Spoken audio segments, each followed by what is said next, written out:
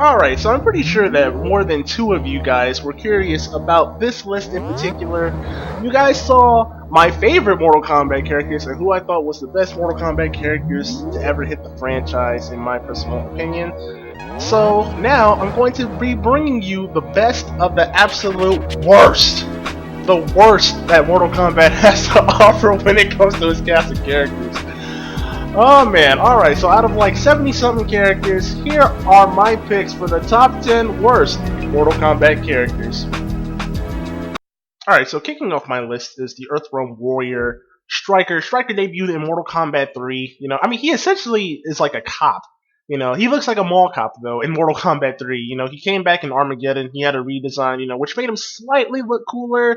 And then in MK 2011, he was redesigned to be more of a badass. So, he has some cooler fatalities, the gunshot fatality, where he blows up your torso, that one. He even blows you up in his win pose. So, number 10 is Striker.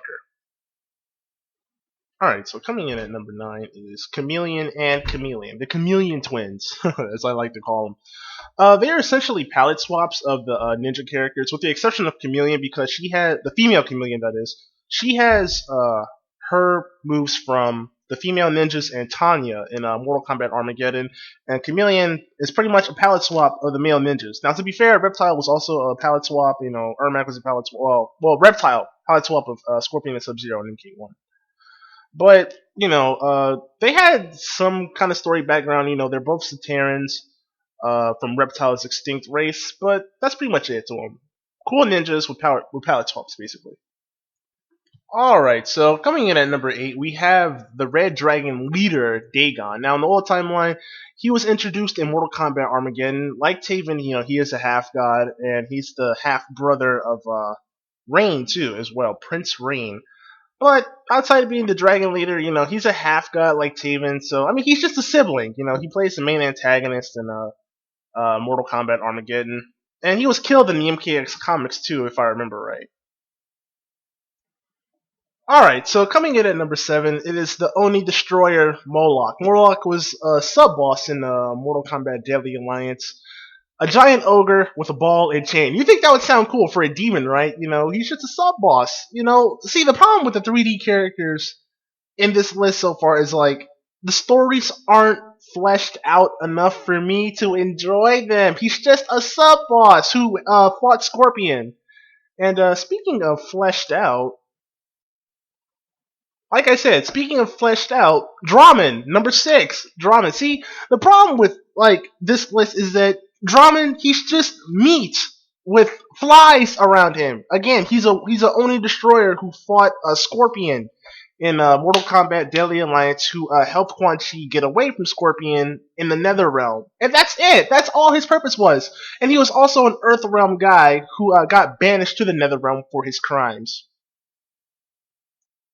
Okay, starting from number 5, there might be a bit of ranting going on with the top 5 worst characters.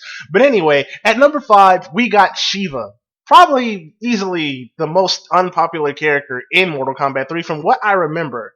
From polls, I think. They said that Sheeva was the most unpopular character in Mortal Kombat 3, and probably in the 3D, not the 3D era, the 2D era, excuse me. She was the most unpopular 2D era character. She's essentially a female Goro, pretty much. It's like, oh yeah, you have a cool monster, make it a female. Oh man, Sheeva's only appeared in the 2D Mortal Kombat 3 games, and then you have her in Mortal Kombat Armageddon. She appeared a few times in Conquest Mode, where she fought. No, she only appeared in Conquest Mode, excuse me, where she fought Taven at Shinnok's Spire. And again, outside of a female Goro, she's pretty much the same race as Goro, the Shogun, strong warrior like Goro, but pretty much a female, so not too much else around her is revolving when it comes to the story of her character. Alright, so coming in at number 4 is Mortal Kombat 4's Jarek. Now, Jarek is based on the Mortal Kombat designer Herman Sanchez, who also played the announcer in Mortal Kombat 4 all the way up to Armageddon. So, damn, I really missed the deep voice announcer. I miss that guy's voice. But anyway, Jarek, he's pretty much the 3D version of Kano. Again, see a lot. See, like some of these characters on this list, we have like swaps. Now to be fair, like I said, Scorpion and Sub-Zero, Melina, Kitana, Jade, Ermac, Reptile, Smoke, Noob, Saibot, they're all palette swap characters. But in the other games, they originally, they had their own, unique stories, that fleshed them out in the other games. But Jarek, like Kano, he's a Black Dragon member, and also he even has Kano's ball move. That's pretty much it. I mean, probably like the most recognizable role that you guys seen him in was in his ending. Where he gets thrown off the cliff by Jax, or he falls off the cliff when he's trying to run after Sonya. That ending was actually canon, by the way. He survived the fall according to his bio in Armageddon. But outside of being a Black Dragon thug, that's pretty much it. Like I said, like my huge problem, like with like some of these characters, is that they don't have like stories that are like uniquely fleshed out. They all come from like either the same place or they're just palette swaps, and all that other shit. So that's why he's there at number 4. All right, so coming in at number 3 is the character Meat. Meat. Oh man. Oh man. Okay, so Meat was a secret character in Mortal Kombat 4. He was accessible through a cheat code, if I remember right. I can't remember. But one thing I will say that was cool about Meat was that he was able to get all of the characters' moves depending on who you were fighting or whatever. There was even a mod like where you could use Meat and he would have Goro's moves. So I thought that was pretty sweet. But again, Meat is just a secret character. He's kind of like one of the joke characters. His backstory is pretty much that he's like an unfinished creation of Shang Tsung, and that he came from Shang Tsung's flesh pits. And in Armageddon, he came back again. And ironically, he fights with meat cleavers as his weapon. He can even pull his own eyeball and all that shit. But that's pretty much where the inspiration of Draman came from, I guess. The character design, they're pretty similar. Meat and Draman, they essentially have similar character features and all that. But outside of that, like, Meat's really a joke character, so I really can't take him seriously as a serious Mortal Kombat character, which is why he's at number 3. All right, I don't think anybody is gonna be surprised at who I chose at number 2, but we're going with Mocap here, okay? Mocap, MKDA secret character. You play through Conquest mode, right? You go through Conquest mode, you start with the first 8 introductory missions, and then you play as every single character in their Conquest mission in Mortal Kombat Deadly Alliance. Then, at the very end, when you complete the last character, whoever it is, no matter who it is you beat the game with in Conquest mode, the last character, you go through all the missions, you go through all the combos and the training and the secret moves and the clone fights during the last missions, whatever. You beat the whole game. You unlock Blaze, which is awesome. Then you unlock Mocap. Wow, a motion capture guy, which is essentially where its name comes from. Mocap. It's short for motion capture, and it's based on a Mortal Kombat designer, Carlos Pensina, Carlos. I'm gonna just call him Carlos.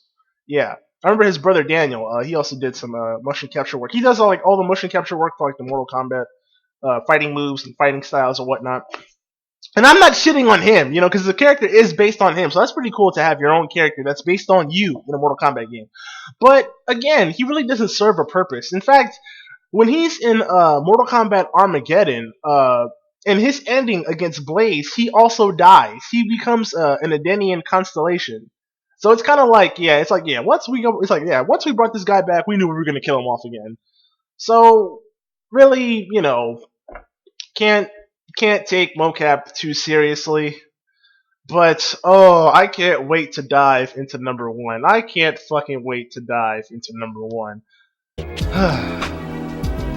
Alright, so let's hit that recap button before we get to number 1. At number 10, we got Striker. At number 9, we have the Chameleon set of characters, Chameleon and Male Chameleon. At number 8, we got Dagon. At number 7, we got Moloch.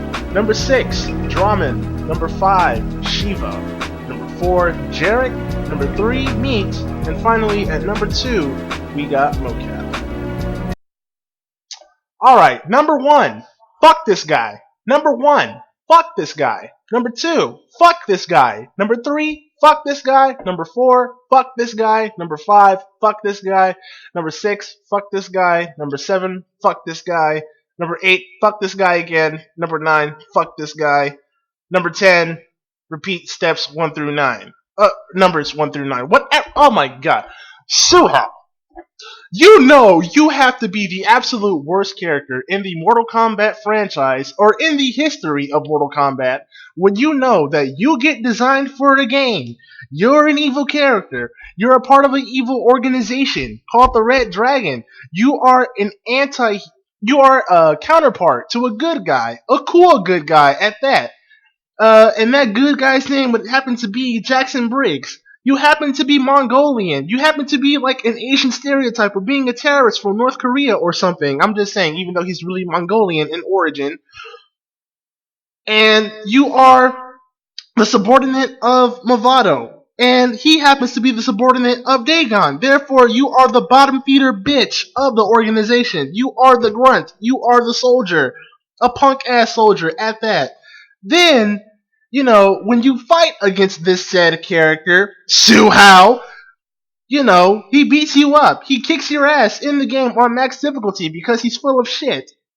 Although his fatality is pretty decent. I'll give him that. You know, he has a pretty decent fatality. But still, that doesn't make you a cool character at all because you know you are a shit character when the fucking developers didn't even want you back. Suhao was supposed to die in Mortal Kombat Deadly Alliance. In fact, in Jax's ending of Mortal Kombat Deadly Alliance, Jax kills Suhao after Suhao blows up the Special Forces Investigation Agency. And then he was supposed to be dead right there at the end. But no! Mortal Kombat Armageddon comes along 4 years later after Deadly Alliance comes out, and the motherfucker's back. He's back. But in his ending, he becomes a demon in the Netherrealm. So fuck you, Suhao. You are the shittiest Mortal Kombat character to ever fucking exist. I hope you die. I hope you don't come back in the timeline. I hope you're still in hell in the Netherrealm. I hope you're burning in a fire. I hope you die in a ditch. Fuck you, fuck you, fuck you, fuck you, fuck you, fuck you, fuck you, fuck you, fuck you, fuck you, fuck you, and fuck you. I'm done. I'm done. I'm done. So yeah, guys, feel free to tell me who do you think are your worst top 10 Mortal Kombat characters. If you guys enjoyed the video, feel free to give that like button and fatality, and subscribe today to join the Ninja Clan. And I am sorry for all the profane language that I have used in this video. I am really sorry. I am really trying to cut back this year on my language, so please excuse me. But if you guys enjoyed the video, like I said, feel free to give that like button and fatality, and I'll see you guys next time. Peace.